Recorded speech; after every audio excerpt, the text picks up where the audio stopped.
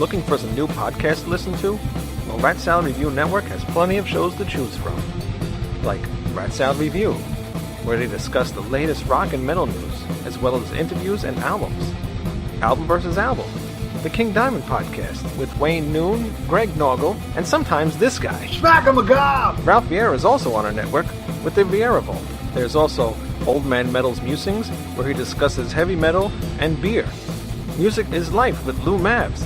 The Right Opinion for those who love politics. A South Park podcast called Suck My Balls. A watch-along wrestling show called Beyond Bushido. Ex-Stradivarius guitarist, the Timo Tolkki podcast. So check out ratsaladreview.com or search Rat Salad Review on YouTube, Podbean, iTunes, Spotify, Stitcher, and more.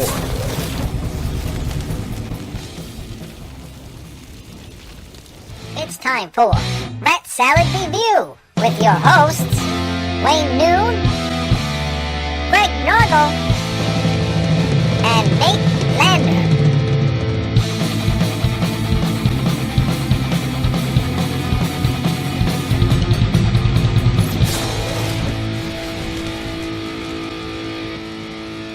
Welcome to Rat Salad Review, guys, and we got a real treat for you this week. We've got guitarist and vocalist Paul Gaskin from the eponymous, great new wave of British heavy metal / heavy metal band, Gaskin, and we're here to talk about kind of his stuff through the years, and especially his newest album, which is my personal favorite, The Edge of Madness. Good morning, Paul. Good morning, how are you? I'm doing great. Sorry we had to start over. At least we get a good laugh, though. But, yeah, so without going backtracking too much, we'll just start where we were again, talking about the formation of the band back in 81 there. Yeah, well, or 80. Yeah, well, Dave and I met in 79. And we were put together by a guy called Martin Fish. He was a bass player. I went to meet this Martin Fish in town, in a pub there, and he introduced me to a drummer, which, being shallow and young, I thought, he doesn't look like a drummer. And another guy came into the pub with long hair and wearing a duffel coat, and Martin said, oh, he used to be a drummer with me. I said, yes, he's our drummer. He just looked the part. We arranged a little get-together where David and I played all the way through side one of 2112 by Rush. He knew all the drum parts, which amazed me, and I knew all the guitar parts, which amazed him. And we decided to form a band. Later on, it wasn't really working with Martin, and David got a little bit tired, so he moved to London. And then he rang me up and said, why don't you come down here too? So we went to London, spent about 6 months there, but still couldn't find a decent bass player. Came back to town for Christmas that year, and early in 1980, he bumped into an old friend of his, Steph Prokopchuk, who played bass. He said, I found us a bass player. He's interested. We started rehearsing, and within 4 months, we were out gigging. And within 6 months, we'd gone into the studio, Fairview Studio, to record a demo. And that was I'm No Fool, Sweet Dream Maker, Despiser, End of the World. How we managed to set up, record, overdub, and mix all in less than 10 hours, I'll never know to this day, but it must have been youthful enthusiasm, but we did it, and 2 of the tracks obviously became our first single. So, the tracks from the single, is that the same session as what ended up on the album? Or? No. We re-recorded everything for the album, which was a shame because I actually prefer the raw sound on the original demo. Now, that's partly because of time restrictions. For instance, I only played the guitar once, all the rhythm guitars. Apart from I'm No Fool, I overdubbed it. I played it twice, and it made it really big. But on the album version, the engineer suggested I overdub the rhythm guitars on all of them, and it ended up sounding to me, a little weak. It isn't as punchy as the original demo. I think we had too much time on our hands, to be honest. But there was a couple of fluffs in a couple of the songs. In Despiser and in End of the World, we made a couple of little mistakes, so we couldn't have used them two anyway. But like I say, it was the first time we'd been in the studio. What did we know? We only went there because we'd heard the demo that Def Leppard had done there, and we liked the production. They'd only been in a few months before us, and then just before we went in to do the album, we went to the same place. Witchfind had been in there to do their debut album. Wow. And when we'd finished doing the recording, Roy, who was the engineer, said, I've just had a band in from a new record label called Rondelay. I think they'd be really interested in you. And he gave me Mike's number, Mike Comerford. He was the executive there. And this is a Saturday when we finished our sessions. I rang him the next day on the Monday, and he said, come and see me tomorrow.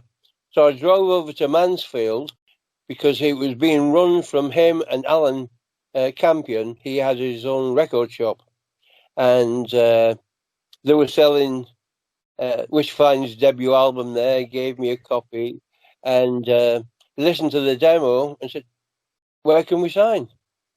It was as simple as that. 2 days after we'd been in the studio, I got a record deal. It was amazing. Yeah. He said, well, as long as you're as good live as you are on record, we'll sign you. So we arranged a gig for a fortnight later. They came and seen us. And, where do you sign? And then they started printing up our first single, I Know Full Sweet Jamaica. But we hadn't actually signed anything, no pieces of paper, which was a mistake on their part. We started doing lots of gigs with a guy called Neil Kay, who ran the Bandwagon in London and started Iron Maiden and Praying Mantis and all those bands. And he used to do a road show where you'd go, because he was quite big at the time. He was, being written about in the newspapers, and he was giving a top 10 to the music papers locally as well, Sounds and Melody Maker, things like that, of which we featured quite a few times. And we listened to his advice. He said, you shouldn't sign to them. I can get you a much bigger deal. Okay, so that was our first mistake. We didn't bring out the single that year. We spent a wasted year going around gigging loads, absolutely building up the following, but not getting this other record deal that he promised. I think Arista was one of the labels he said he was interested in us, but nothing happened. So we went cap in hand back to Rondelay and said, sorry, can we come back? And being as they'd invested quite a lot of money in that single, they said, yes, you can. And then put us in the studio to make the album. But before they did, they made us sign a contract. I'm always amazed that I guess everyone was real young, and like you said, it happened fast. But your story there fascinates me, along with Diamond Head kind of had a parallel situation with their first album, and I mean, Diamond Head were a different kettle of fish. If you were around at the time, you'd know what I mean. I don't know who they had behind them, but when they were nobodies, when we at the same time as us, 1980, whoever they was running them, I'm not sure if it wasn't one of the dads. it was Sean Harris's mom. Was it? Yeah. Well, they must have had an awful lot of money, because every week in Sounds magazine there was an advert for Diamond Head, a big one. Now, they aren't cheap, and they were in the magazines every week, all the time. Diamond Head, Diamond Head, Diamond Head. Buy this new, and they printed their own album. So somebody paid for the recording, somebody paid to have it all printed up, and they were selling these albums through the papers. So even though they weren't, I mean, I remember them coming to the Priory in Scunthorpe, and I think there was about 50 people there. And then we played there a month later, and we had 400. So it was horses for courses. You know, we were all on the same circuit, but they were getting known just by pushing the name forward all the time. That's probably why they're as famous as they are now. And then, of course, they got signed up by a really big record label and then brought out their first album, which, in my opinion, again, wasn't half as good as the one they brought out themselves. It's that rawness again, I think. Same mistake as we did. Exactly. And well, actually, their first album, the demo version, if you want to call it that, but that's probably my favorite record of all time. But one thing I love about both that album and your first album is just the rawness, the immediacy, and the power just from being young and writing your own songs and really being into it. You know, that's just such a moment in time, and it captures a great. And yeah, but that's also why I love specifically the single version of "I'm No Fool." I actually just ordered from High Roller Records, I think it is. They have out a demo collection of your demos from 80 to 81. Beyond World's End, yeah, that's right. Yeah, I'm looking forward to that. Well, we've actually just got a box set out now, CD box set, not vinyl, and it's got all 4 studio albums, and on them is all the bonus tracks that are on Beyond World's End. It's really? Yeah, it's been released by a Japanese company, Rubicon, because we're supposed to be going over there and touring at some point. We should have been there in May, and then it got put back to next April, and now it's been put back to next autumn. So if I'm still alive, I might get to do it. Well, let's hope, mate. I think you'll be fine. And then maybe we'll get you over to the States at some point, too. That'd be pretty cool. Yeah, that never happened. We always wanted, but it never happened. I'm surprised because, one of the things I specifically have always really enjoyed about Gaskin is you definitely have that 70s influence as far as the melody and catchiness goes, which I really like, but you did your own thing with it. But I mean, to me, it all sounds like tracks that should have definitely been played on the radio. Well, I'm influenced a lot by songs of the 60s, if I'm honest. I was heavily influenced by the bands that I grew up with as a teenager. Black Sabbath. At one time, I would only listen to Black Sabbath and nothing else compared to it, because nothing else was as heavy as them. Really? You don't think Budgie compared? Sorry, not to interrupt you. I did have In for the Kill. Still got it. In fact, there's a track on there called Zoom Club. Oh, yeah. There's a certain way of playing A chords, where you play an open A chord, then you go up 5 frets and then up 7 frets. And I've used that so many times. Sweet Dream Maker is a case in point. Lonely Man from that album. Well, there's so many. Lost and Lonely from the new album. It's all based on that going up on the A chords, which I pinched from Zoom Club. But like I said, and then I started getting into some of the other bands. Deep Purple I was into a big time. I loved them.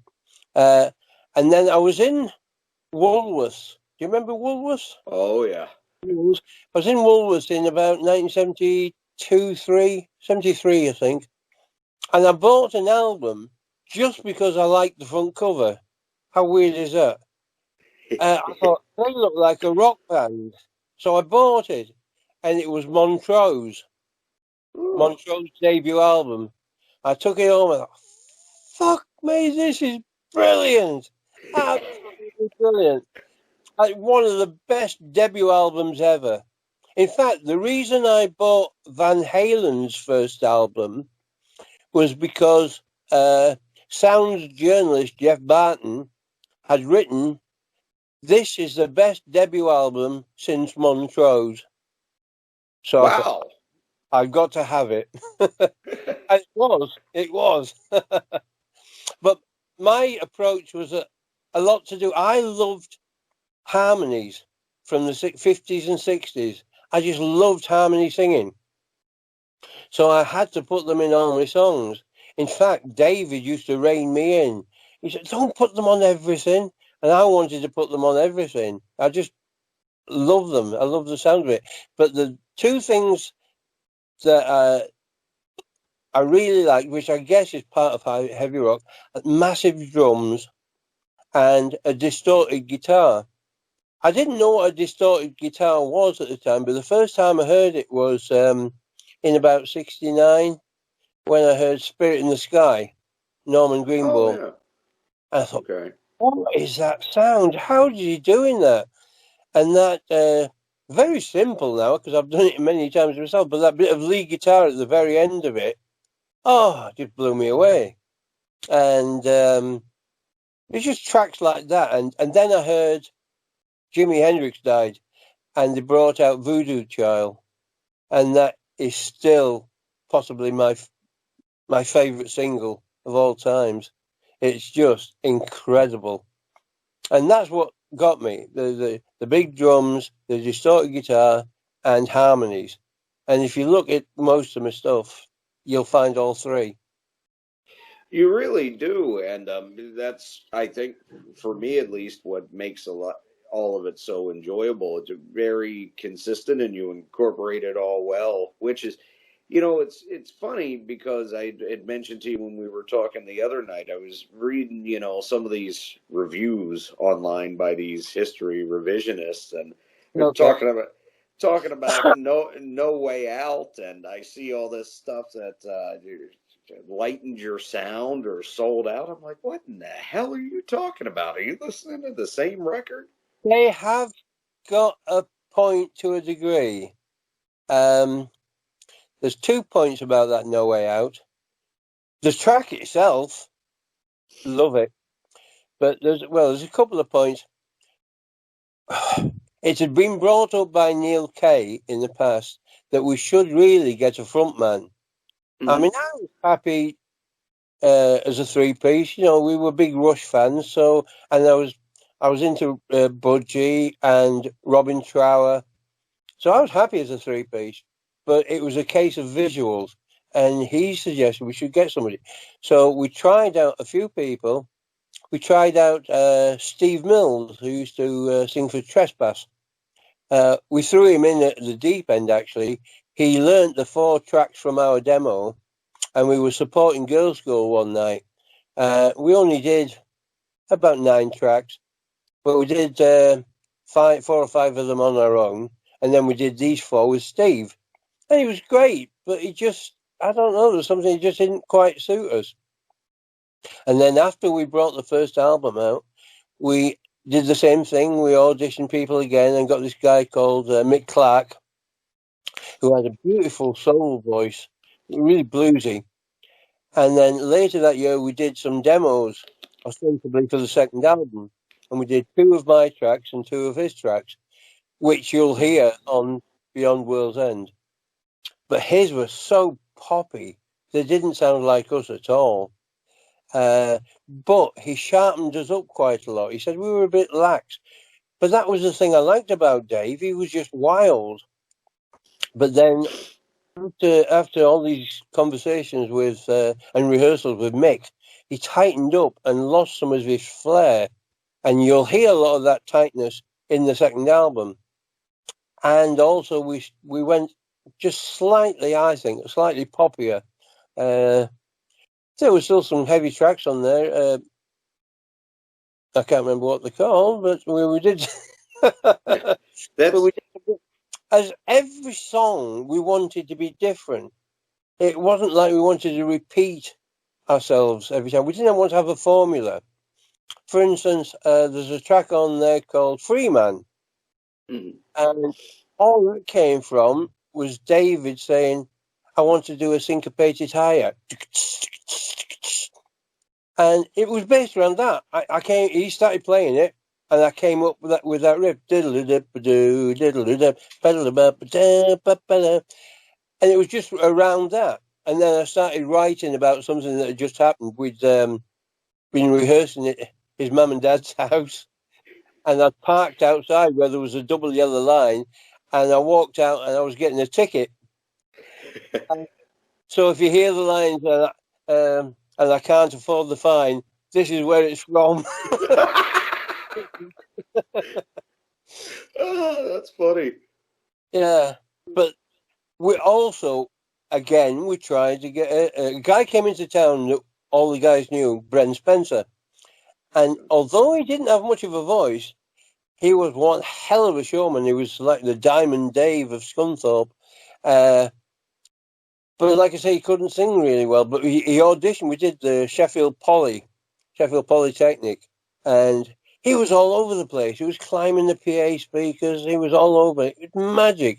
Really got the crowd going. But when we went into the studio, I thought, this isn't working. I really couldn't get him to sing. In fact, on some tracks, I was getting him to record them line by line, and I was singing. I was sat next to him, next to the phone, and I was singing the line and then getting him to copy it. But he couldn't even copy it. And I ended up having to sing half of the stuff anyway. A lot of the things he couldn't sing.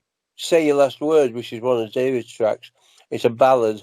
He couldn't sing that, so I sang that. What's that other one? Queen of Flames. He couldn't reach that, so I had to sing that as well. The one song which really suited him, because it was a sort of non-singing song, was No Way Out. And that's one we wrote after he joined us. All have been fine. And you see, my brother took all the photographs for the album. The inspector at the local police station said we could use the place. He even lent us 2 policemen and a police car. And they were doing some work on the cells, so it looked like we were escaping from the place. But we had 2, some photographs as a 4-piece and some photographs as a 3-piece, because we still weren't sure which way we were going to do it. In the end, we went with a 4-piece. But then we started having big rows. This is 82. And Dave and I were falling out quite a lot. We were during the recording of the second album, because we were going in different directions. I wanted to go much heavier, and that record didn't do it for me. And David wanted to go more mainstream, Bryan Adams, that kind of thing. Oh. That would be too much of a shift for our audience. I didn't like it. So Bren and I decided to quit and go out on our own. And it was late 82, I think it was, when I can't remember where we were, but Dave came up to us and said, I can't do this anymore. And he quit. And I turned to Brendan and said, well, that saved us a job.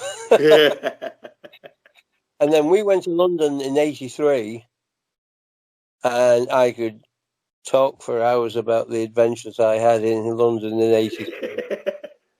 I was awake most of it, let's say that much. And we did eventually find a great bass player, Dave Gougelot, and a drummer, Dave Wagstaff, who was amazing. And we were down to play the Dingwalls. We were going to be the first heavy rock band to play Dingwalls in London. And so we did a warm-up show first. And then I made the mistake of listening to the tape, which wasn't very good quality, but I can't do this anymore. And I just completely packed in. But I think my head was in a different place. I'd been awake too long. And had a bit of a breakdown.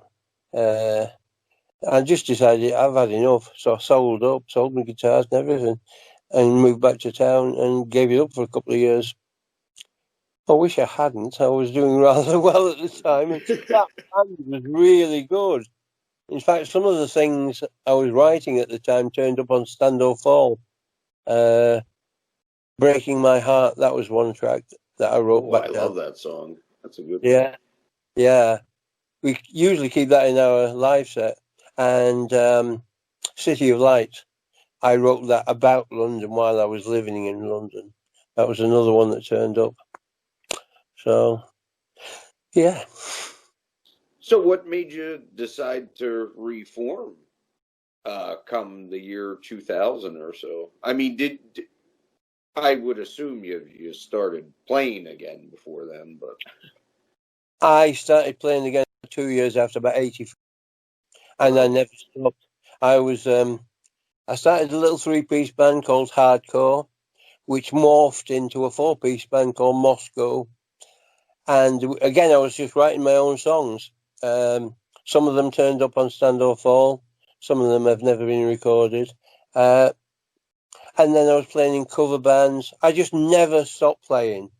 But then in the early 90s, people were getting in touch with me saying, "Hey, this Neil Kay, remember Neil Kay? Yeah. Well, he's put an SOS in some magazine or other. He's looking for you. Can you get in touch with him?"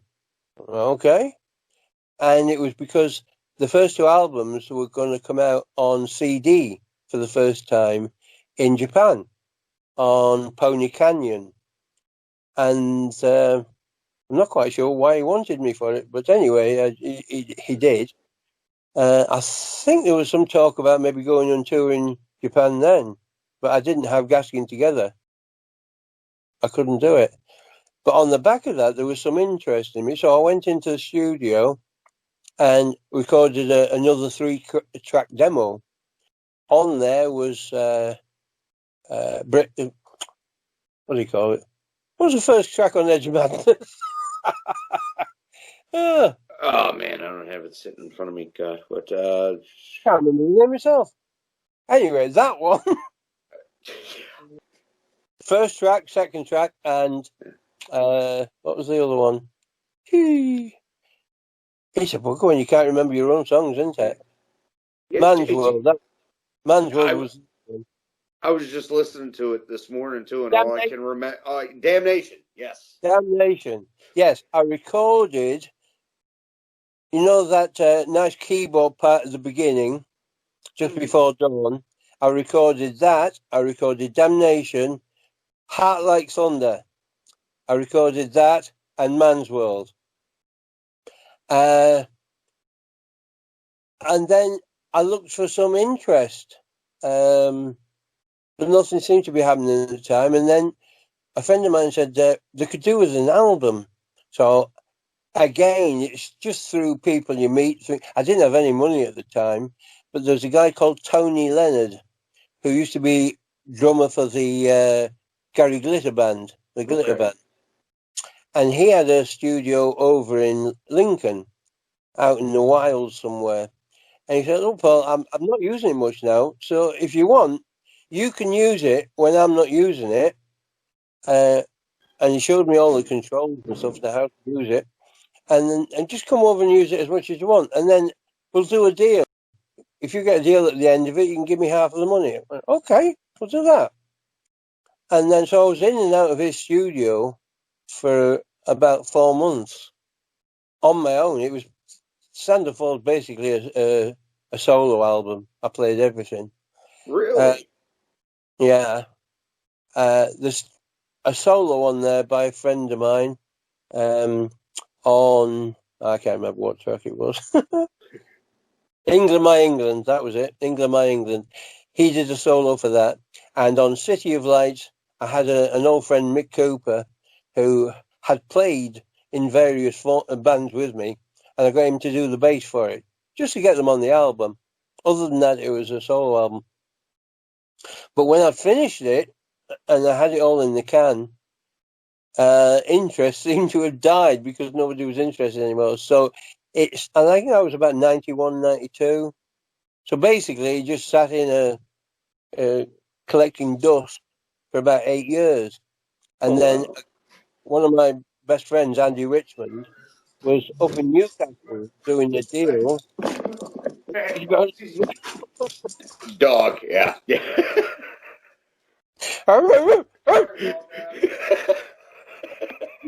Anyway, my friend was up in Newcastle doing a deal for something else with Jess Cox. From Tigers. And when he'd finished that, he said, of a band called Gaskin. He said, oh yeah, I've heard of Gaskin. Well, he's got an unreleased album, you know. Would you be interested? And Jess said, yeah, let me have a listen. So, bless his heart, I sent the album up to Jess, loved it. He sent it out to a few of his contacts in Europe and abroad. They loved it. So he released it. So it came out in 2000. But on the back of that, I think it was about a month after we decided to do the thing together, he said, would you like to play at Wacken? And I said, what's Wacken? He says, oh, it's a pretty big festival out in Germany. Yeah, okay. Well, I've got you on with another 5 Nwaboham bands to do a special out there in the August. So that's when I put the band together. Andy Solomon, Dave Pick, because Dave Norman couldn't do it. He was gigging at the time. And Tony Ilkew. And we spent 6 months rehearsing, went out and did it. Absolutely amazing. I'd done festivals in my time, but never anything on that size. I mean, it's huge, man. If you've ever seen any bands playing at Wacken, you'll know what I mean. And, I've seen videos, yeah. Yeah, it's awesome, really awesome. That was a fantastic weekend. And it was pretty good fun with the other guys as well, because we're all in a bus together, you know. There was Angel Witch, Samson, Grim Reaper, I think, Praying Mantis, and Savage, and us. Wow, that's a nice lineup. Yeah, it was pretty good. So I made some good friends that weekend, especially Paul Sampson. Me and him were quite close for a while. In fact, I went through a bit of a bad time a couple of years later where I'd stopped getting in touch with him. My marriage was breaking up, and it was the beginning of the Age of Madness. And I was in a pub one night on my own because a friend of mine was doing a solo set. And he came over after he'd finished his first set, sat down with me. He said, I'm sorry to hear about your friend. I said, what friend? He said, Paul Sampson. I said, why? What about him? And he told me he died. That didn't help my mood at the time, I've got to admit. And it was so sad. Yeah, cancer. I knew there was something wrong because a couple of years before that, he got another band called Metallic Blue, which is basically a blues band. And I said, oh, you have to come up and I'll arrange a gig for you in town and I'll put a scratch band together and support you. Oh, that'd be great. So we did that and we just did some blues classics. That's really cool. We had a bit of a jam at the end of his set. He invited me on stage. I've got one photograph of the pair of us together and I treasure that. I said, what are we doing? He said, just something in A, just follow me. Okay. And he kicked it off. And at one point, I made the mistake of going to the left to his side of the stage, and I nearly had my ears blown off. He was so loud, unbelievable. But yeah, a lot of friendships were made that weekend. It was fantastic. So we did that Wacken thing, and the album did rather well. And never stopped since. We just kept getting different things offered. Well, there was a hiccup, obviously. 2 years later, my marriage broke up and I went through a bit of a bad time. And nobody could get in touch with me. Jess couldn't find me, didn't know where I was. But when I did start putting the feelers out again, he put me on a few more festivals in Germany and places like that. And we just kept doing bits of gigs here and there ever since. And then latterly, Dave Norman and I got back together again and started doing some shows, anniversary shows. I think the first one was the 25th anniversary, and we put a band together for that. Oh, cool. Again, there was something wrong with my throat at the time, so we asked a guy called Andy Wood to sing for us. I've got to admit, I love it when I've got a singer because I can just concentrate on the guitar, doing maybe a few backing vocals, but it's nice not to have to think about doing both at the same time. It really is. You've got a certain freedom. And then we did that, and then he started building a studio in his house. And so he said, why don't we do a new album? And I said, well, I have got more than an album's worth of stuff to record. Let's get at it. But it took, altogether, before release, about 5 years. Mainly because of him, because I'd arranged to go around and do something, and he didn't ring me up in the last minute and say, oh, I've got something on. It just took forever. So I was really glad when it did get finished and released. But it is, along with you, it's my personal favourite and a lot of me in it.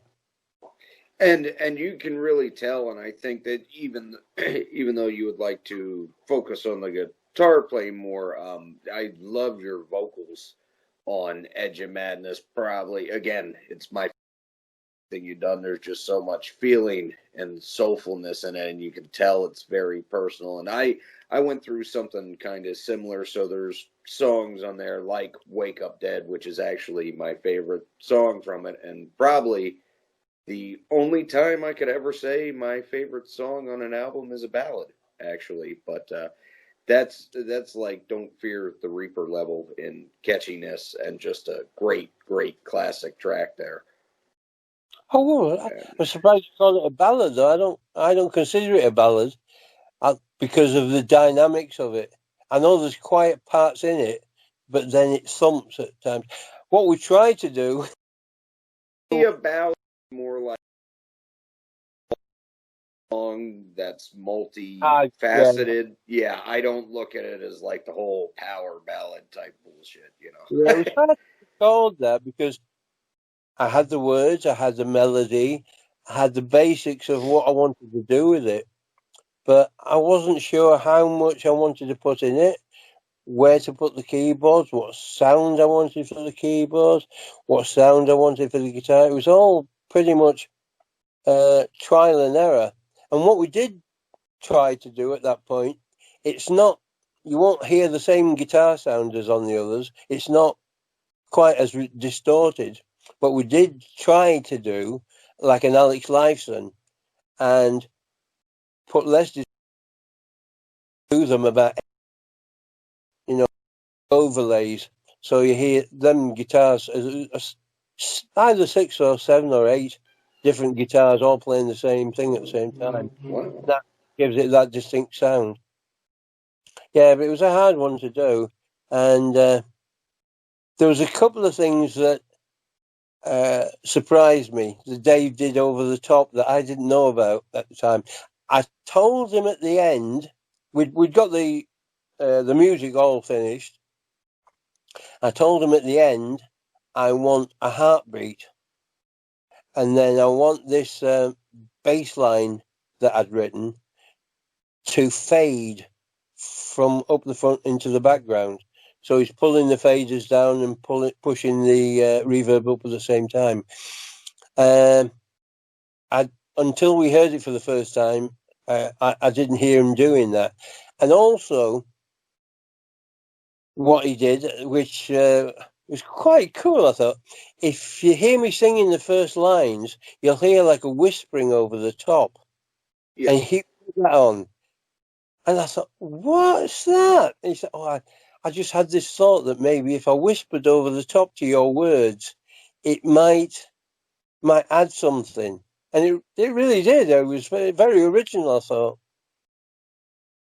Yeah, it's that's actually what catches your attention. I feel like right off the bat, it's different, very I innovative. I love Andy's solo in the middle. That's Andy playing the lead solo in the middle of that, though. And it's Oh, just so. really? I couldn't tell. I thought it was you. No, that's Andy's solo. Yeah. Yeah, and then well, Lost and Lonely. That's another one of my favorite tracks on it. And you said that was actually from way back mid Well, '80s almost. it's not from way back. No. It was meant to feel like that. There was a band in Brazil. I think they call them Natal Pride or something. Natal Pride, something like that. And this guy, he got in touch, as people often do, and we started talking. And they did Nawabaham covers, different bands. And I was thinking about one day, and I just moved in to a place with a friend of mine, just a 4-track recording gear, so I could do some demos. I thought, right, here we go. I'll try it out. I've got this little pedal which has a basic drum kit in it. So on one track, I just went boom, boom, boom, and then I thought, why? If they're in the Wobberham band, they want to sound like we did. So I came up with a riff similar to Sweet Dream Maker, that kind of feel.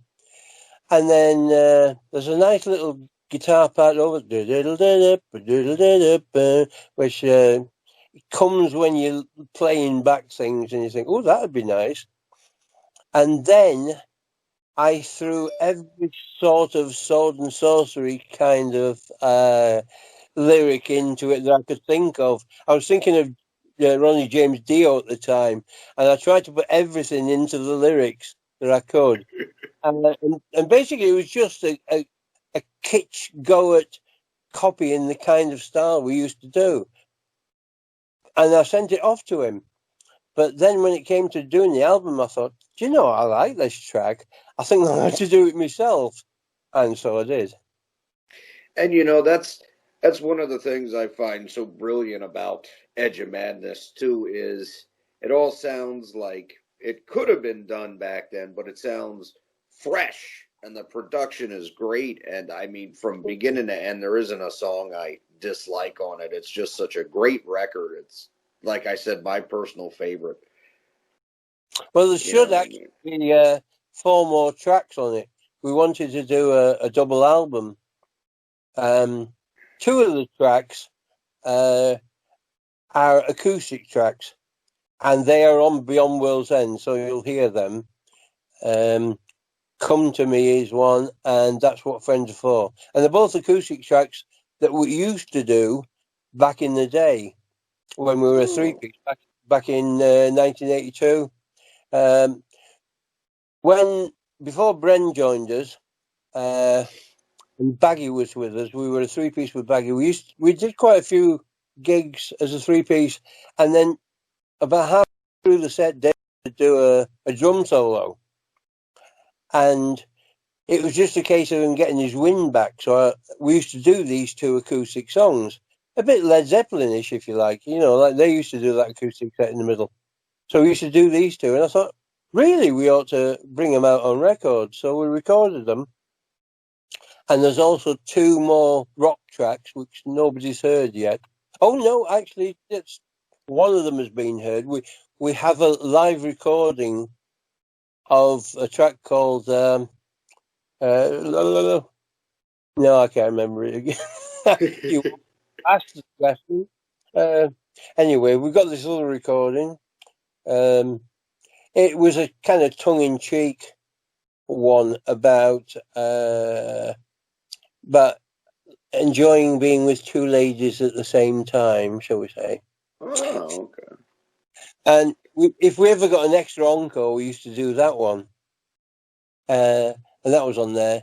And there's another track as well that I had from the early 90s that we recorded, but that hasn't come out anywhere yet, so it may yet. We shall see. Do But you have any? and we went to High Roller, and they only wanted a single album. So we said, okay. So we picked the sort of 10 best and put that on.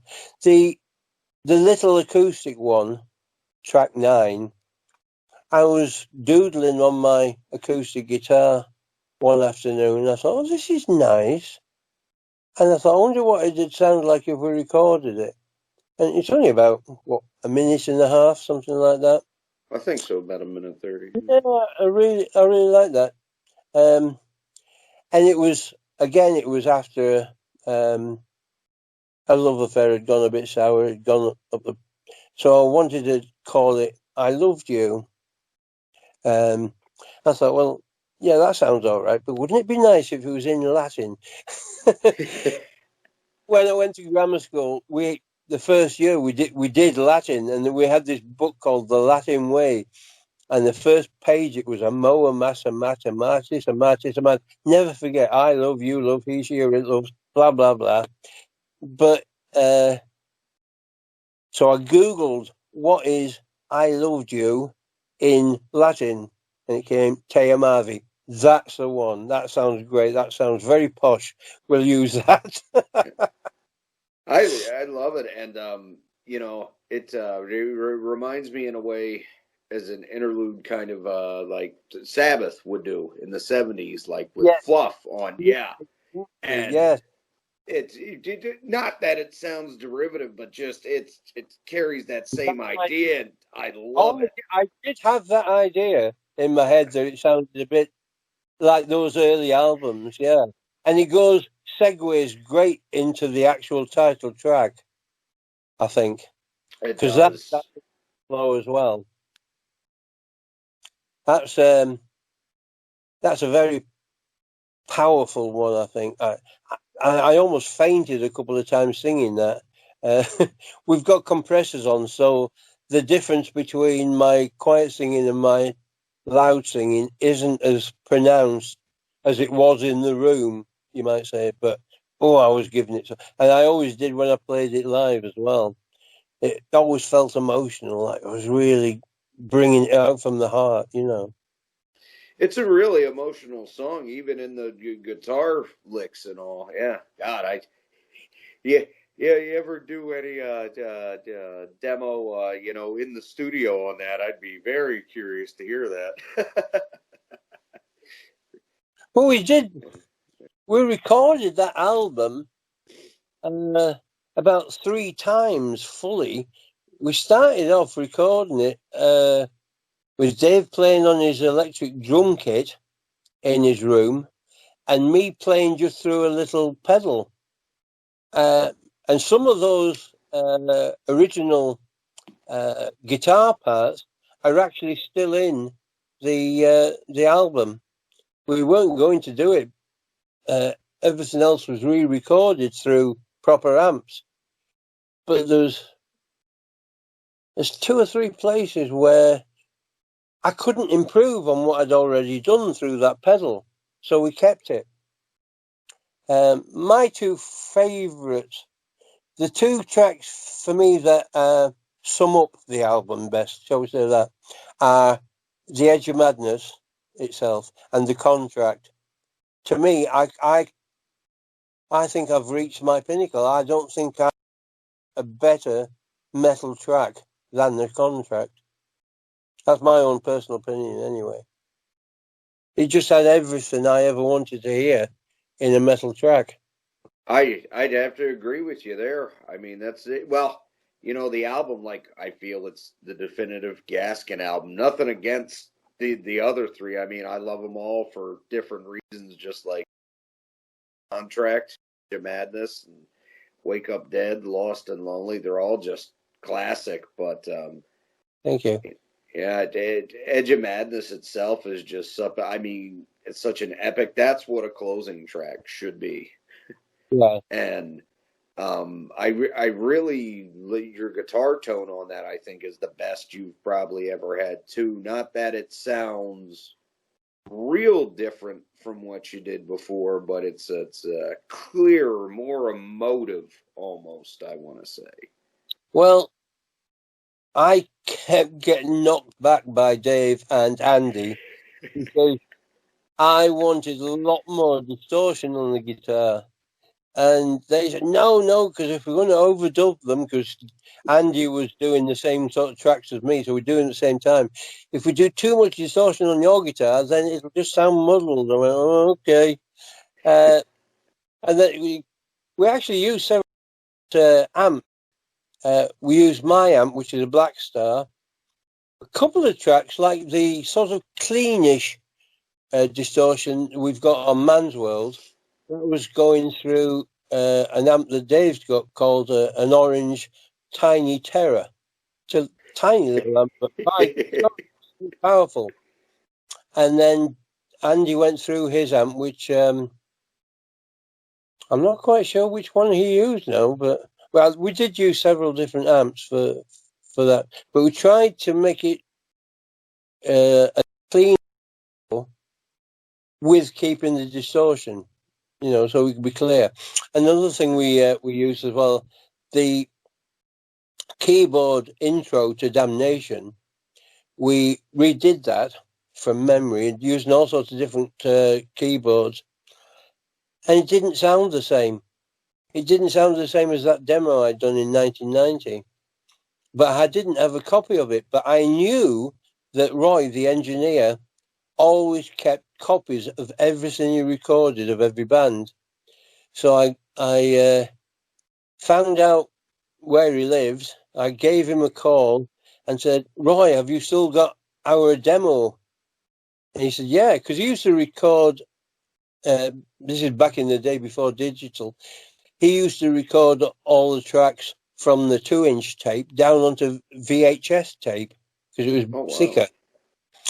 And so he sent me a CD version that he'd burned of that original demo, and we took the original keyboard part and put it on. It was actually a little bit longer than what you hear on the album, but of course the guitars came in, so we had to cut them off, obviously. I called it Just Before Dawn, basically, because that's when I wrote it. When I did that demo, I did it on 3 nights, consecutive nights, because it was cheaper. And then I thought, I need a keyboard part. And I went outside and dawn was just coming up. I just went out there to wake myself up and get a breath of fresh air. And I came back in and got on the keyboard and just made it up on the spot. Did some overdubs. And that's what you hear on the album. Yeah. Also, another fun fact was the initial lyrics to Damnation. People look around you, just what do you see, etc. The first 2 verses. I wrote those back in 72, 73. When I was 15, I joined a group of friends as a singer. I couldn't play guitar, but I just wanted to be out there. And so, but when everybody else was going 1, 2, 1, 2, check 1, 2 into the microphones, I used to think, people look around you, just what do you see? Just to try it out, and it had all the things of the 1, 2, it had the S's, everything else. And then I thought, one of these days, I'm going to turn that into a song. And I did. That's pretty awesome. I'll tell you what, I must just tell your listeners, because we talked about it before you turned the record on. Oh, yeah. Whoops. The reason, folks, that I sound a little bit weird and my S's are a bit funny is because I've had oral cancer last year. Just call me lucky. And they took away part of my tongue and part of my cheek and took a big chunk from my arm and put it in my mouth. And I've got it to be trimmed off yet at some point when this stupid COVID goes away and I can get back in the hospital. But that's why I sound a little bit funny. And sadly, I can't sing at the moment, but there you go. Yeah. And thanks for coming on. And I'm glad you're getting better. And hopefully, COVID's done and we get you back to singing and maybe a new Gaskin record soon. I have got the songs, but whether I've got the motivation, because I do have a new band now. Well, I say I have a new band. We started putting it back together in 2017, and because of different illnesses, we've not been out yet. It was the brainchild of Gary Pearson and myself. Gary Pearson was Vardis's drummer. We became good friends, so we started to. He was diagnosed with something bad in his neck, and he was advised by his doctor not to drum anymore. And he said, "Fuck you! I can't stop drumming." But he thought maybe he ought to do something less thrashy than Vardis. So I said, "Well, I'm really into blues rock." He said, "Oh, let's give it a go." Is he? And he came up with a name for the band. It's called Crossover. And then I asked Kev Riddles, another good friend of mine from Angel Witch, Titan, if he'd play bass with us. He said, "Yeah, it'd be great fun." So the three of us got together. We had a few goes. Sounded fantastic. And there was another friend I'd made. His name's Mike Stars. He used to sing with Colosseum 2 with Gary Moore and John Heisman. Oh, yeah. Okay. Yeah. He's getting on a bit now, bless him, but he's still got the pipes. And so he joined it. And then we got a guy called Martin Howells on keyboards. And we started writing music, and it was freaking great. And then I was diagnosed with angina, and I had to have an operation. I had to have a triple bypass.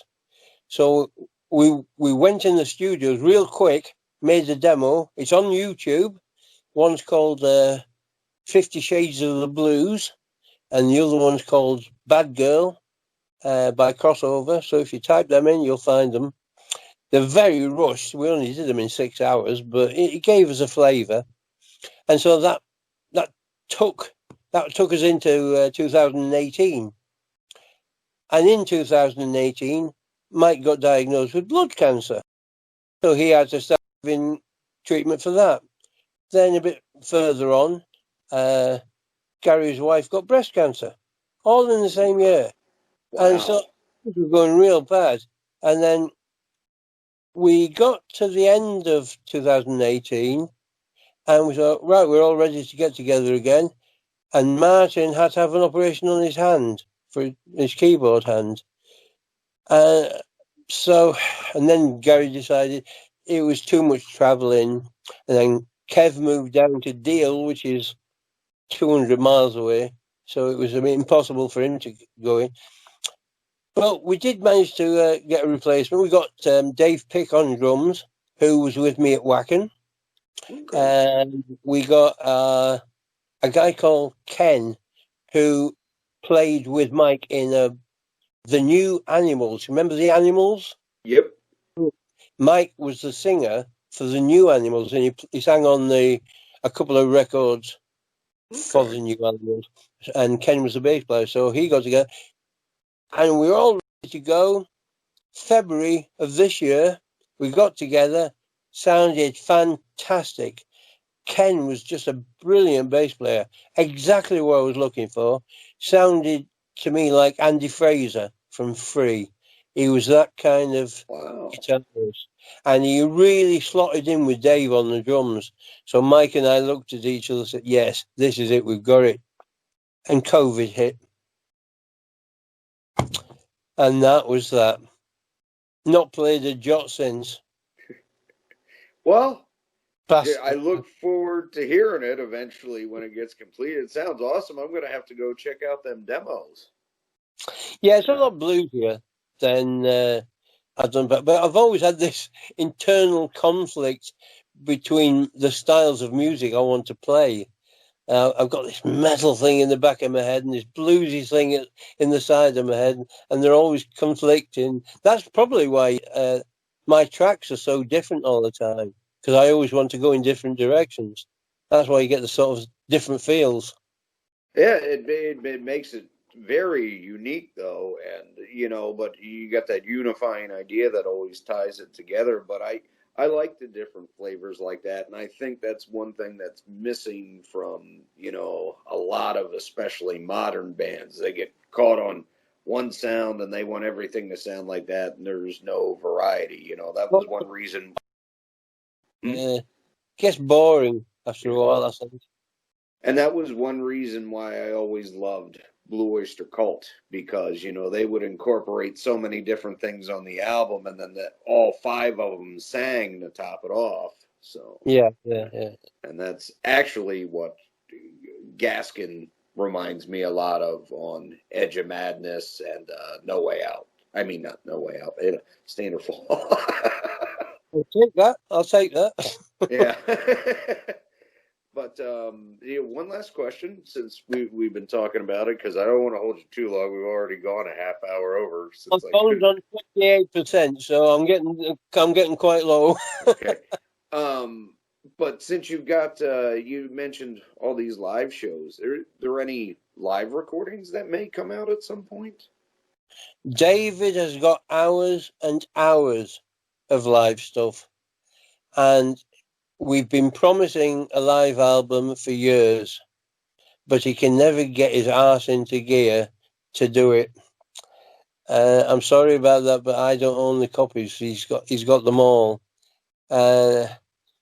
But the trouble with David is he always gets distracted and taken up by some new project. And whenever there's a new project, he goes for that hell for leather, and all the old stuff is left behind. So it may at some point in the future, but if anybody's got a bootleg, bring it out now. You'll make some money. Yeah. Well, thanks for coming on, Paul. This has been a really fun interview. Yeah, great. And hopefully we can have you on sometime in the future, just talking about something else. Maybe talk about Rush or, whatever. I think it'd be a lot of fun. And teeth in by then. Yep. Yeah, I wish you a speedy recovery, and I hope, stupid COVID doesn't make it take too much longer. Yeah. And for everyone out there listening, go out there, High Roller Records website, and get yourself a copy of Edge of Madness. You will not be disappointed. Thank you, guys. Have a good night. Cheers.